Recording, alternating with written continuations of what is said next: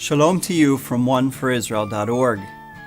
This week's parasha, Ki Tavo, When You Come, is the most difficult of all the weekly Torah portions to read because its focus is primarily the curses caused by covenant disobedience. The word cursed appears 36 times in the Hebrew Bible, and half of those times are found in this week's Torah reading. What's the cause of all these curses? Moses tells us in Deuteronomy 27:26, "Cursed be anyone who does not confirm the words of this law by doing them."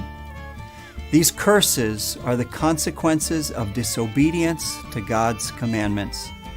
Just as the Torah begins in Genesis with a focus on curses caused by Adam's disobedience, so the final chapters of the Torah close with a warning about the curses that will come if Israel disobeys God. A careful comparison of the covenant curses in Deuteronomy 27 and 28 with the later writings of Israel's prophets make it clear that the prophets knew these chapters in Deuteronomy quite well and frequently referred to them when warning or rebuking the people of Israel. Take, for instance, Jeremiah's warning to Israel on the eve of the Babylonian exile.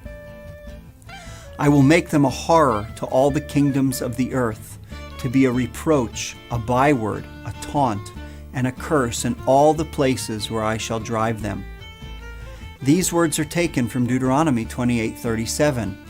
"And you shall become a horror, a proverb, and a byword among all the peoples where the Lord will lead you away." Another example is found in the first chapter of Isaiah. In Isaiah chapter 1, verses 5 through 7, we read, "Why will you still be struck down? Why will you continue to rebel? The whole head is sick, and the whole heart faint. From the sole of the foot even to the head there is no soundness in it, but bruises and sores and raw wounds. They are not pressed out or bound up or softened with oil. Your country lies desolate. Your cities are burned with fire. In your very presence foreigners devour your land. It is desolate as overthrown by foreigners." Isaiah's words are borrowed from several of Moses' warnings in Deuteronomy 28. "Every sickness also and every affliction that is not recorded in the book of this law, the Lord will bring upon you, until you are destroyed. A nation that you have not known shall eat up the fruit of your ground and of all your labors, and you shall be only oppressed and crushed continually."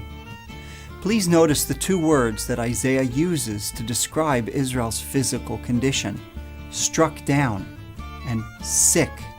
These come right from Moses in Deuteronomy 28:61. Israel's wounds are a direct result of her apostasy. She is suffering the curses of disobedience, the fullest of expression of which is ultimately death. The painful truth is that all of us, like sheep, have turned away from God, and so all of us stand under the curse's deadly shadow. Is there a way to escape the curses of disobedience we all deserve? Yes. God's solution to the curse is provided in Isaiah 53. "He was despised and rejected by men, a man of sorrows and acquainted with sickness. And as one from whom men hide their faces, he was despised, and we esteemed him not. Surely he bore our sicknesses and carried our sorrows. Yet we esteemed him stricken, smitten by God, and afflicted. But he was pierced for our transgressions. He was crushed for our iniquities. Upon him was the chastisement that brought us peace, and with his wounds we are healed. All we like sheep have gone astray. We have turned every one to his own way, and the Lord has laid on him the iniquity of us all."